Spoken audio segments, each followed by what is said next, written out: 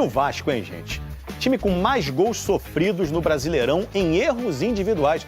Esse foi um levantamento do Gato Mestre, tá lá no GE. Globo. Foram 9 falhas que resultaram em gols dos adversários. Aí não conta expulsão, não conta gol contra, nem pênalti cometido, tá? São erros como os de domingo, nesse 2-2 com o Ceará. Vou te mostrar, ó. Léo Jardim, ele toca pro Matheus Carvalho. Aí o Matheus Carvalho vai errar a saída. Errando a saída, dando o gol pro Ceará, porque o Galeano fez o gol. O jogo terminou empatado, Paulo Henrique nem dominou, nem tirou, Fernandinho chutou, Pedro Henrique fez o gol. A gente vai mostrar mais um aí do Ceará. Ah, agora sim. Aí, erro individual de novo. Eita fera, 2-2, o jogo que era pra ganhar, né? Perdeu 2 pontinhos preciosos em São Januário. Vasco, que é o 15º do Brasileirão, 1 ponto na frente do Vitória, que é o primeiro da zona de rebaixamento. E olha só, os ingressos para o clássico Flamengo e Vasco do domingo já estão à venda. Mais de 50 mil bilhetes já foram vendidos até ontem. Casa cheia e os times em situações opostas no Brasileirão. Tem que ficar lembrando isso, Pedrosa. Não tem necessidade nenhuma. Tu viu ali? Tu viu? Eu até ia parar de ler. Eu falei, eu vou dar uma chance pro pessoal que escreveu. Aí vem, o Vasco, não sei o que lá, brigando para não cair. O Flamengo, não sei o que lá, de liderança. O Vasco na semifinal da Copa do Brasil, ninguém fala. Ninguém fala, eu vou falar. E o Vasco na semifinal da Copa do Brasil. Isso aí. Eliminou o poderoso Botafogo. Perfeito. Errei? Pra sua tristeza.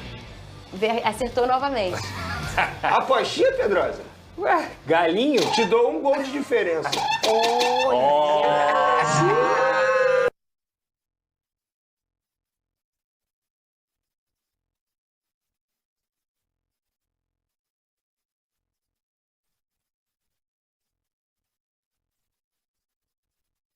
Ao lado dele.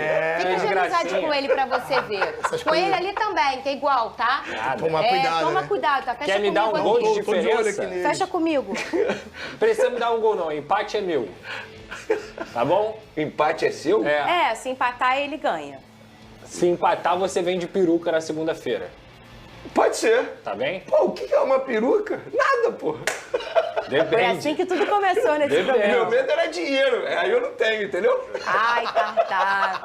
O homem dá tchau assim, mano, no ponto de ônibus. É complicado, irmão. Ele bota prego na Havaiana.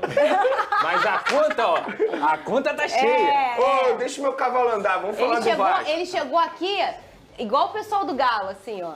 Ele chegou aqui. Aí tá sem receber salário? Não, eu tô sem mesmo. Ele falou, né? Mas eu tô sem. porque aqui no Sistema Brasileiro de Televisão é tudo bonitinho. Certinho. Cai certinho, Já bonitinho. primeiro tá lá. Tá lá. Pois já dá pra contar. O bicho é certo. Certo. Como diria o Manguinha, o bicho é certo. Ô, Pedrosa, peruca, então? Peruca. Você já tá pros baralhos, né? Porque assim, eu não tenho muita coisa pra perder, né? Eu não tenho muita coisa pra perder. Essa que é a grande verdade. Mas, vamos ver, cara. Assim, eu costumo dizer o seguinte. Assim como eu acho até que esse time do Vasco é o melhor dos últimos 5, 6 anos, esse também é o melhor Flamengo dos últimos 5, 6 anos. Aí lascou. Então o negócio fica complicado de qualquer forma. Mas no primeiro turno, vale lembrar, o Vasco empatou em 0-0 com o Flamengo, fazendo um jogo competitivo. O Léo Jardim foi o melhor em campo? Foi. Mas foi um jogo competitivo. O Vasco teve até algumas oportunidades naquela partida. Lembro disso. Então, se você olhar hoje pro Vasco, que tem também a opção no banco de reservas, você forma uma dupla de zaga com Carlos Cuesta e Robert Renan, já é completamente diferente de você ter o Hugo Moura improvisado. Você tem lá na posição de volante um Barros que está jogando muito bem. Um Coutinho, que depois da Copa do Mundo, cara, é um jogador que simplesmente está entre os melhores meias do país. Hoje eu não vejo, além do Arrascaeta e do Matheus Pereira, algum meia jogando mais bola que o Coutinho no Brasil. Então é um jogador que pode ser diferente também. Verratti está em uma fase? Está em uma fase, mas já fez gol no Flamengo, gosta de clássico. Ryan também é muito bom. Nuno nem se fala, uma das melhores contratações do país. Então assim, é um Vasco que está numa posição muito ruim na tabela, que tem um Fernando Diniz que não consegue vencer por placares magros e tudo mais, mas tecnicamente tem de onde tirar. O Flamengo é amplamente favorito, é muito mais time, é melhor treinado, tem mais jogadores. Mas como é que é a frase do Renato Paiva? O cemitério de favoritos está cheio de... O cemitério do futebol tá cheio de favoritos. Então é nisso que a gente tem que se apegar. E só. Eu morri na semana passada, tá? Jais Botafogo, Copa do Brasil. Tá lá meu nome. Muito bem. Agora, aquele 4x4 foi em 2019, né? É o outro patamar. Verdade. Nasceu nesse jogo, né? Foi após esse jogo que o Bruno Henrique deu aquela famosa entrevista. Qual foi o placar? 4x4. Tu vai pegar o empate mesmo? Gol do Ribamar, não foi isso? Ribamar Eu lembro dele. Você vai dar um empate pra ele? Ah, eu dou. Não tem mais nada a perder, pô. Cuidado, é liderança. Não, e assim... Pode ser a liderança, né? E eu concordo com você. Eu acho que o favoritismo é no lado do Flamengo. O Flamengo tem um time melhor. Gente, contra o Juventude eram 5 desfalques extremamente importantes. Aí no segundo tempo entra Everton, Cebolinha. No segundo tempo entra só o Alacian. Só jogador. Entra Carrascal, que custou 12 milhões de euros. Então, assim, o Felipe Luiz é um baita treinador. Ele tem uma Ferrari na mão dele, tá sabendo dirigir a Ferrari. Mas não adianta. Futebol é bola na rede. O primeiro turno, o jogo do primeiro turno, eu acho que exemplifica muito bem isso tudo. O Flamengo foi muito melhor. Teve as melhores oportunidades. Não botou a bola na rede. No fim das contas, o que deu? Empate. Se tivesse aposta, eu estaria aqui usando a peruca na ocasião. Como esse ano eu acho que o Flamengo vai vencer, eu pego a aposta. Já pego. Então tá bom. Tá fechado. Eu gosto assim, Tartá. Ô, Tartá, e é por isso que o futebol me encanta. Eu acho que já foi um momento em que o clássico regional zerava tudo, né? Já teve esse momento, que a camisa, ela andava sozinha no campo, né? Hoje isso é um pouco menos, né? A gente sabe que as prateleiras vão mudando, o abismo técnico às vezes vai deixando algumas coisas mais notórias. Mas mesmo assim, com a diferença de hoje o time do Flamengo, a diferença do time do Vasco, que eu tô falando tecnicamente, obviamente não a instituição joga o salzinho, e aí chega na hora, Tartá, o negócio, o bicho pega, né? Não tem jeito, né? É um clássico, né? Um clássico regional poderoso dos milhões. Um clássico aí que é dos milhões, para tudo, né? O Rio de Janeiro para. Todo mundo quer assistir essa partida. O Flamengo, sem sombra de dúvidas, é o grande favorito pelo time que tem, o elenco que tem, as contratações que acabou tendo aí nesse meado de ano. Mas é um clássico. E clássico, cara, ninguém sabe. Clássico é clássico e vice-versa. Exatamente. O futebol, eu acho que é um dos poucos esportes que realmente tem essa capacidade. Às vezes de um time que não é tão bom quanto o outro, tecnicamente falando, e numa bola decide. Uma bola parada decide. Né? Como ele disse, tem jogadores para isso. Felipe Coutinho, então... Só uma informação, Tartá. Os 2 últimos jogos do Vasco e Flamengo no Campeonato Brasileiro foram 2 empates. 1-1 no ano passado, lembra? Com o gol do Felipe Coutinho. Empatando a partida e que, naquele momento, não é nem sacanagem, tira o Flamengo da briga do Brasileirão. O Flamengo tinha ainda a oportunidade de brigar pelo Brasileirão. Aquele empate deixa o Flamengo fora da briga pelo Brasileirão. Eu acho que a vontade de jogar... Por exemplo, a gente tem aqui um ex-jogador, ele vai confirmar isso aqui, mas penso eu que a vontade dos jogadores também muda nesse momento. É um clássico contra o Flamengo, você não quer perder de jeito nenhum.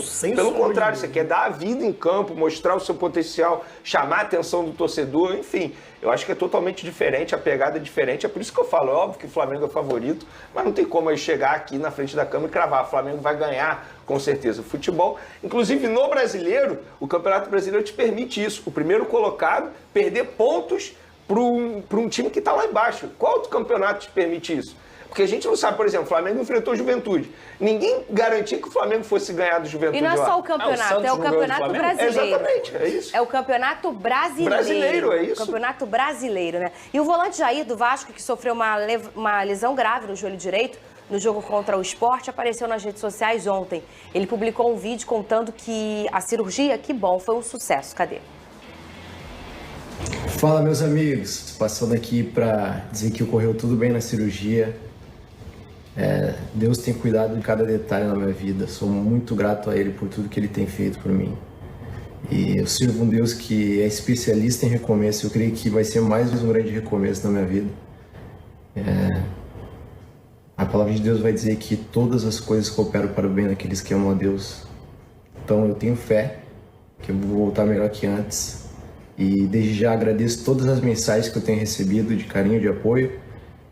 E agora é pensar na fisioterapia e para voltar a jogar o quanto antes. Que Deus possa estar abençoando todos vocês, tá bom? Um abração. Que bom, Jair, que bom que deu tudo certo. Ô, Tartá, fala comigo. Sabe de uma coisa, além dessa questão do regional, do clássico regional, tem uma coisa que faz a diferença também nesse tipo de clássico, são garotos da base que viveram esse clássico na base. Não porque foram oriundos daquele time, mas que sabem o valor e o peso daquele encontro. Você concorda comigo? Sem sombra de dúvida. dúvida. Quando você jogava no Fluminense já no profissional e aí você encontrava o Flamengo... Você já é treinado para isso.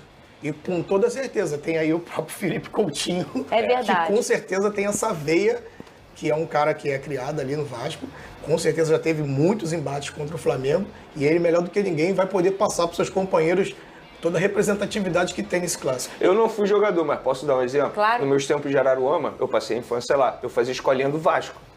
E lá na escolinha do Vasco não podia falar a palavra Flamengo. Isso é sério, eu não tô brincando. A gente acredita. Porque era assim, era educado assim, o Flamengo é o maior rival do Vasco. Sim. E provavelmente isso acontecia também nos tempos de Flamengo. Só tô dando um exemplo Não, aqui isso é uma para máxima, mostrar né? para as pessoas como é a rivalidade desde criança. Não, e joga esses clássicos na base, que são bem quentes. O Marcelinho, carioca, contou essa história já, né?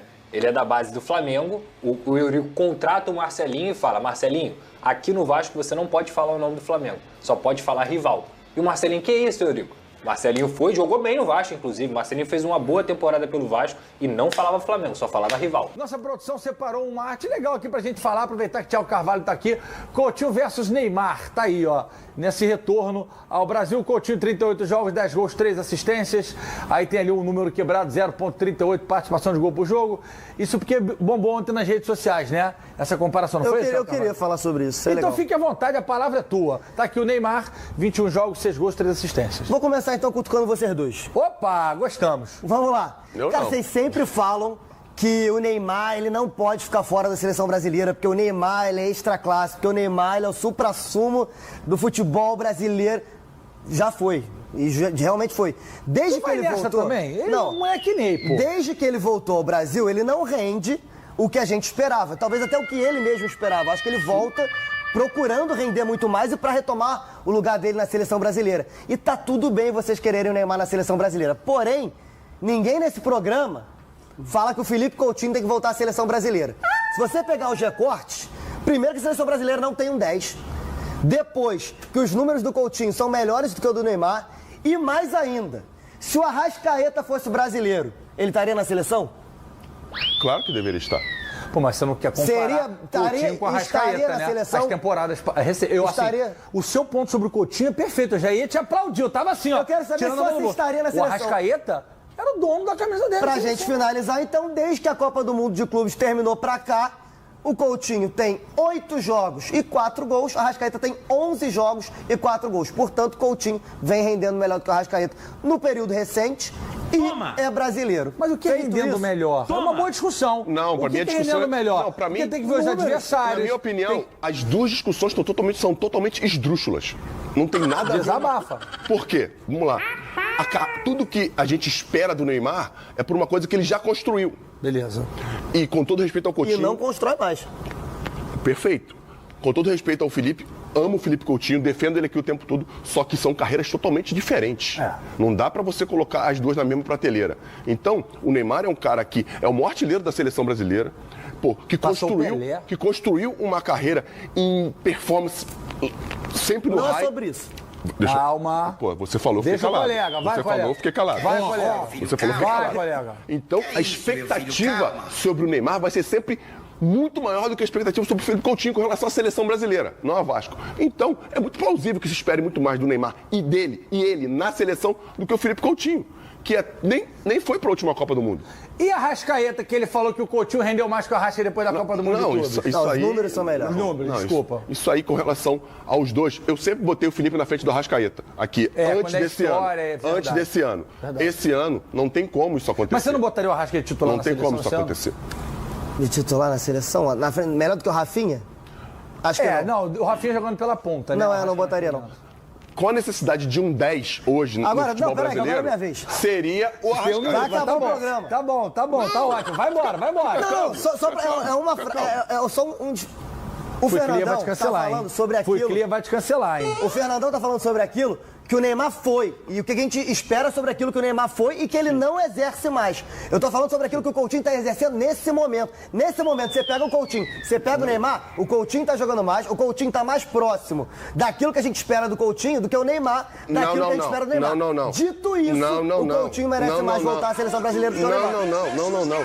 Quem sabe de merecimento ou não é o Ancelotti. Eu tô dizendo que o melhor Felipe Coutinho tá bem longe desse Felipe Coutinho que a gente viu. O melhor Felipe Coutinho tá muito mais próximo desse Felipe Coutinho do que o Neymar do melhor Neymar. Perfeito, mas o Neymar tem muito mais expectativa, uma carreira muito maior do que a do Felipe Coutinho. O que me importa é a Copa do Mundo que é daqui a 10 meses. Então, mas você não pode dizer que ele não vai chegar perto disso. Daqui a 10 meses? Você tem Nesse momento, o Neymar não merece nem ser convocado. Não sei. Merece ser convocado agora, Neymar? Claro que não. Então pronto. Claro que não. O Coutinho Vai continuar, tá legal. Eu gosto disso. É uma boa discussão. É totalmente uma esdrúxula. boa discussão. Uma pena que só tem 1 hora esse programa, que é uma discussão muito boa. Infelizmente, teve que acabar. Eu tava quase pedindo um salaminho ali, rapaz, sentando, que tá bom pra caramba. E, LF, vem de regressiva, bebê. No meu Uma ouvido. coisa. E o Neymar estar lá, depende só dele. O Felipe Coutinho não. Boa! Caraca, Tá o Felipe chegando. Coutinho no auge não jogaria nessa seleção. Acabou o programa, Ele vai não embora, está vai no embora, auge. vai embora pra discussão. Vai pra Mas a discussão. carreira dele é mais... Já o Vasco sofreu um empate amargo por 2-2 com o Ceará na última rodada do Brasileirão e vive uma situação complicada na competição. O jogo em São Januário foi marcado por erros individuais. E o Cruz Maltino tem uma semana livre para se reestruturar diante de uma sequência pesada de jogos. O próximo compromisso é justamente contra o líder Flamengo no domingo. O torcedor está triste? Está triste. Eu também estou triste. Você, como torcedor, também está triste. Mas a gente não vai resolver os problemas assim, arrumando mais problema. Porque tem o problema, a gente pega o problema, a gente não quer resolver o problema. A gente quer, assim, aumentar o problema e afastar ele para outro lugar. Eu não estou aqui para afastar o problema, eu estou aqui para resolver o problema. Aí você fala assim, qual que é o problema? É ganhar jogo. Não é jogar bem. Jogou muitas partidas bem. E não é, hoje era uma partida que estava praticamente resolvido o jogo, tomou um gol no último minuto. E se tivesse vencido, a gente estava todo aqui festejando. E é normal. Só que a gente treina para não cometer erro. E o time vai evoluir aprendendo a jogar e ficando mais competitivo. Vou falar agora do Vasco da Gama. Acabei de falar do Paulo Henrique, né? Que coisa. O Vasco ainda não tem uma semana de paz, hein, Rodrigo Brandão? Beleza, Vitor. Depois da folga de ontem, os jogadores do Vasco se reapresentam ao técnico Fernando Diniz hoje, na parte da tarde, no CT Moacir Barbosa, e dão início à preparação para o clássico contra o Flamengo, domingo, no Maracanã, pela 24ª rodada do Brasileirão. O Diniz terá a semana cheia, serão 5 dias de treinos e que servirão também para recuperar alguns atletas que estão lesionados, nos casos do Tietê, Lucas Piton e Thiago Mendes. Vamos trazer a situação de cada um deles. O Tietê, dos 3, é o que tem mais chances de retornar no domingo. Ele que deixou o clássico contra o Botafogo pela Copa do Brasil no início do jogo, passou por exame que não detectou nenhuma lesão. Sendo assim, a tendência é que ele volte aos treinos hoje com os demais companheiros e esteja à disposição para o jogo contra o Flamengo. O Thiago Mendes está em fase de transição da preparação física para o campo, ele que está se recuperando de uma lesão na panturrilha, também com uma lesão na panturrilha, o Lucas Piton é o que tem menos chances de atuar. O exame realizado pelo lateral apontou um edema considerável,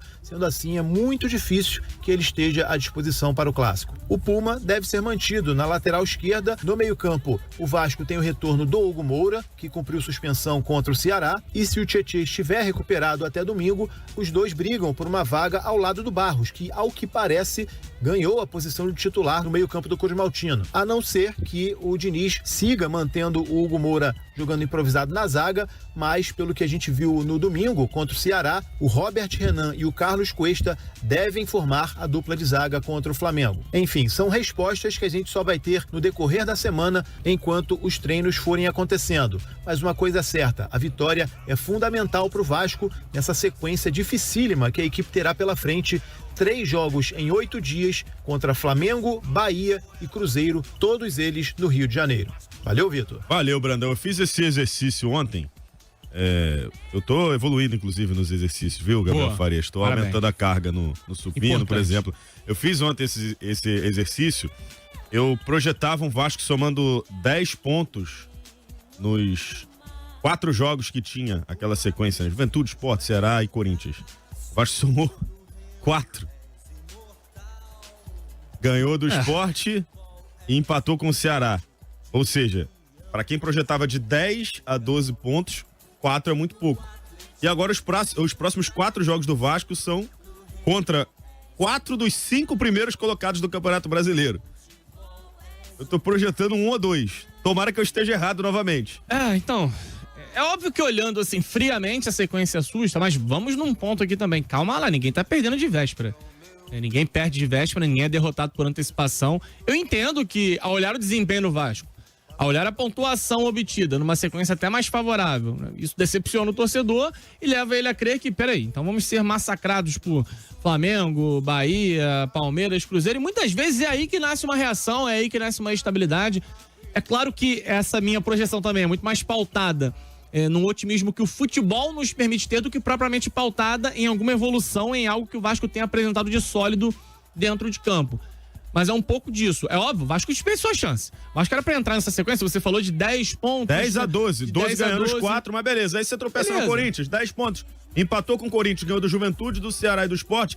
10 pontos, tá lá em cima, já tá brigando por Libertadores. Ou seja, você projetava pelo menos uns 6 pontos a mais pro Vasco nesse momento do campeonato. Isso levaria o Vasco a 29. Com 29, o Vasco estaria em 9º lugar. Olha isso.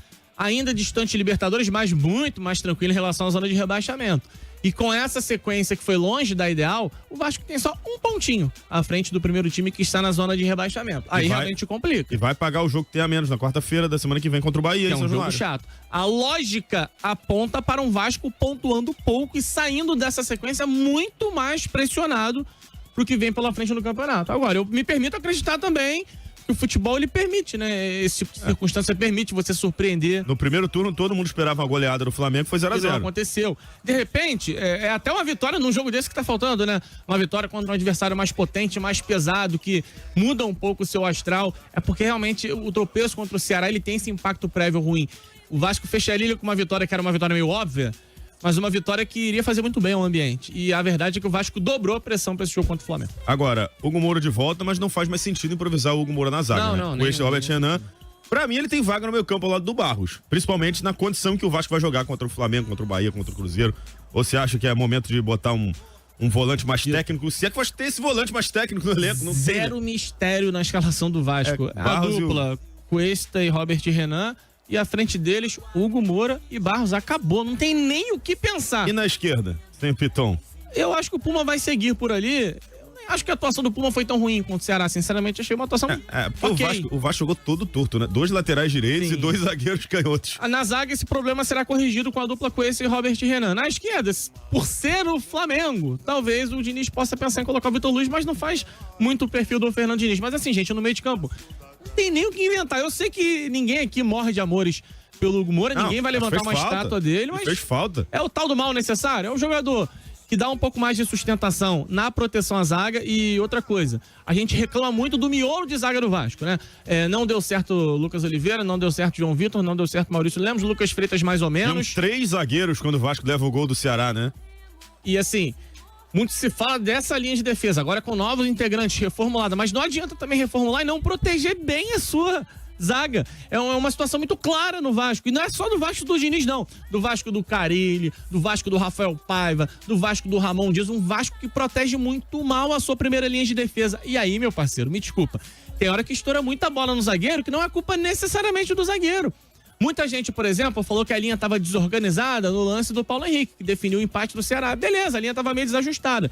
Mas uma bola em tese simples daquela deveria ter sido definida antes. Pro Cuesta não aparecer quase que perdido na jogada para tentar corrigir a lambança do companheiro. E essa proteção à frente da zaga muitas vezes não acontece da maneira adequada. E com as peças que o Vasco tem em mãos hoje, não tem o que pensar, meu amigo. É o Hugo Moura e Barros protegendo a dupla de zaga. Ponto final, acabou. Não tem nada que inventar. Qualquer coisa que fugir disso é o Diniz inventando, pô. Porque nem tem opção. O Tietchan tá lesionado. O Jair tá lesionado. O Thiago Mendes ainda não encaixou pra jogar por ali. O Cocão, a gente viu o que aconteceu no último jogo. Então, gente, dá pra apostar na escalação hoje. Pelo menos pensando nesses defensores. A dupla de zaga é Robert Renan e o Cuesta, até porque o Lucas Freitas está suspenso também, nem pode jogar o clássico. E à frente teremos Hugo Moura e Barros. Qualquer coisa disso é loucura. Eu tenho só uma dúvida antes de chamar o break. Será que o esforço é tão pior que o Cocão assim, cara? Pra ser emprestado pro Juventude? Pois é. Essa dúvida vai ficar aí no ar. Eu também não... Eu nem acho o Cocão esse jogador tão terrível, mas de fato as últimas atuações não ajudam.